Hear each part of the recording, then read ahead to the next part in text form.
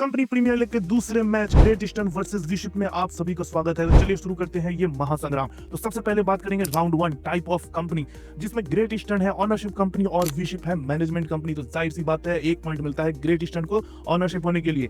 अब आते हैं राउंड 2 पे type of ships. Great eastern के पास सिर्फ 2 तरह के जहाज हैं, टैंकर्स एंड बल्क कैरियर्स। लेकिन विशिप के पास अलग अलग तरह के जहाज हैं, टैंकर्स भी हैं, बल्क कैरियर्स भी हैं, रोरो भी हैं, कंटेनर भी हैं। इसी वजह से विशिप को मिलता है 1 पॉइंट और ग्रेट ईस्टर्न को 0।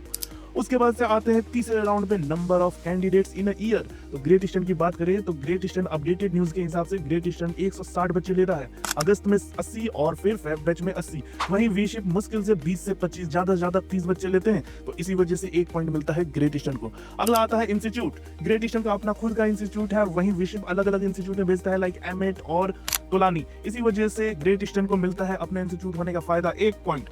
उसके बाद आती है बात वेटिंग पीरियड की। तो वेटिंग पीरियड ग्रेट ईस्टर्न का 4 महीने से 8 महीने का है, लेकिन विशिप का वेटिंग बहुत ज्यादा है, 8 महीने से भी ऊपर है। इसी वजह से ग्रेट ईस्टर्न को मिलेगा 1 और पॉइंट और विशिप को 0।